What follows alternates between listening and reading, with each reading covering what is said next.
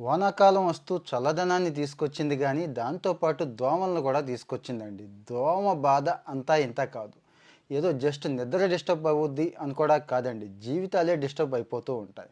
Malaria గానీ, dengue గానీ వస్తే ఒక్కసారి పరిస్థితి ఊహించుకోండి. వచ్చిన రోజులు గుర్తు తెచ్చుకోండి. హాస్పిటల్‌లో పడి, లేకపోతే హాస్పిటల్ చుట్టూ తిరుగుతూ ఎంత టైం వేస్ట్ చేశాం, ఎంత మనశ్శాంతి పోయింది, ఎంత డబ్బు ఖర్చు పెట్టాం. ఇదే దోమలు ఇప్పుడు కొత్త కొత్త రకాల రోగాలండి. జికా కూడా వచ్చేస్తుంది. ఈ దోమలకి ఏం చేయాలి అంటే ఏం లేదండి. దోమ నీరు నిల్వ ఉన్న ప్రాంతాల్లో పెరుగుతుంది. నీటి నిల్వ.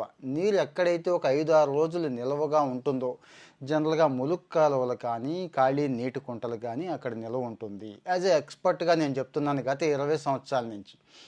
నీరు నిల్వ లేకుండా పారే సౌకర్యం కల్పిస్తే ఇప్పటికిప్పుడు అండర్ గ్రౌండ్ అయినా ఎక్కర్లేదండి. ఉన్న నీరు పారే సౌకర్యం కల్పించి నిల్వ నీటిని బయటికి పంపించి